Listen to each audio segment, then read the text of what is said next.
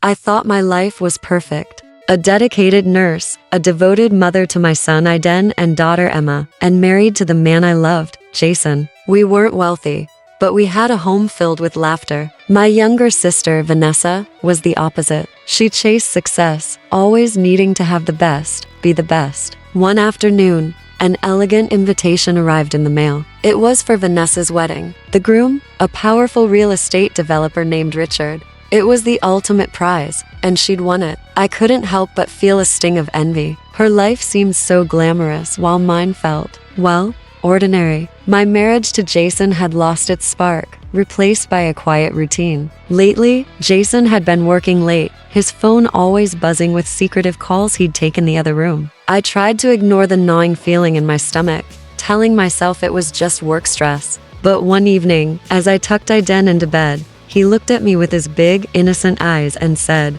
"Mom, I don't like Uncle Richard. He hides his phone when I walk by." I smiled and ruffled his hair, thinking he'd confused Richard with someone else. But deep down, a cold knot of dread began to form. I knew children rarely lie about what they feel. The wedding preparations were a whirlwind. As the maid of honor, I was swept up in a storm of flowers, cake tastings, and dress fittings, all while trying to ignore the growing cracks in my own marriage. Jason grew even more distant, his excuses for being late becoming flimsier by the day. Aiden, my little shadow, started noticing things too. He'd mention how Dad would quickly flip his phone over when he walked into the room, or how he and Aunt Vanessa exchanged quick, private smiles that made his stomach feel funny. I wanted to believe it was nothing, just wedding stress, just my own insecurity. But the evidence was mounting. One afternoon, I saw Aiden snooping around Richard's expensive car parked in our driveway. When I asked him what he was doing, he just shrugged and said he was looking for clues.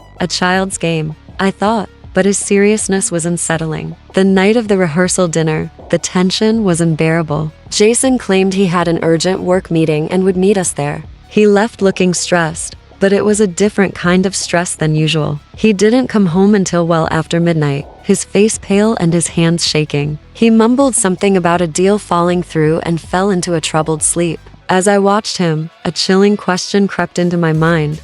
What if it wasn't work he was meeting? Aiden's words echoed in my head. He hides his phone, Mom. The feeling that I was standing on the edge of a cliff was becoming impossible to ignore. The wedding day arrived, a picture-perfect illusion of joy. The sun shone, champagne flowed, and laughter echoed through the grand venue. I stood by Vanessa's side, my bridesmaid dress feeling like a costume, a smile plastered on my face to hide the storm raging inside me. Throughout the ceremony, I caught them fleeting, charged glances between Jason and Vanessa, looks that lasted a fraction of a second too long. Aiden was quiet, his eyes darting between them, a tiny detective on a mission. Unbeknownst to anyone, he was secretly recording them with the old phone I'd given him for games. He was certain something was wrong. Later, during the reception, I slipped into a quiet hallway for a moment of peace, and then I saw them, Jason and Vanessa, huddled in a corner, whispering intently. His hand was on her arm, a gesture far too familiar, too intimate. My heart stopped. I forced myself back to the party, the music now sounding like a funeral dirge. A few minutes later, Aiden tugged urgently on my hand. "Mom," he whispered, his voice trembling, "we need to go, right now." He held up his phone, and there it was, a photo. Not just any photo. It was Jason and Vanessa, taken the day before the wedding, walking hand in hand through a park, smiling at each other like they were the only two people in the world.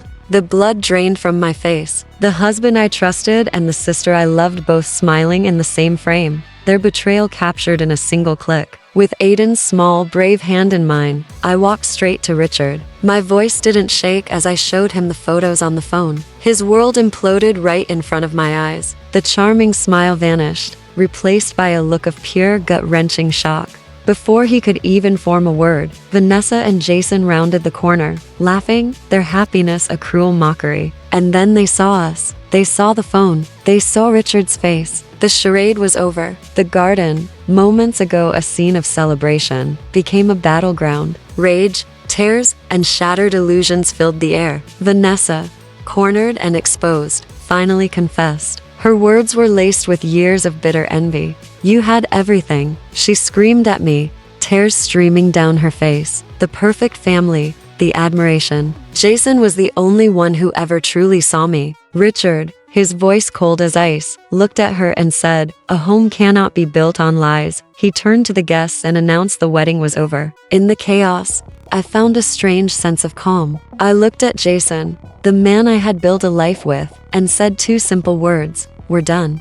As I walked away with Aiden, my head held high, I glanced back just once. I saw Jason, on his knees, begging. But he wasn't begging me. He was begging Vanessa to stay. In that moment, I knew there was nothing left to fight for. I didn't look back again, because the life I had left behind no longer existed. 6 months passed. Life was different, but it was ours. Aiden, Emma, and I moved into a small apartment. I found a new job as a family counselor, using my pain to help others heal. The world had been loud, but now it was quiet, and in that quiet, we found strength. Richard became an unexpected friend. We'd meet for coffee, our conversations built on the rubble of our shared betrayal. He never pushed, never pried, just listened. Our bond grew, a fragile thing born from pain but nurtured by understanding. Jason had moved on quickly as I expected, with another woman. Vanessa, I heard, had vanished. No calls,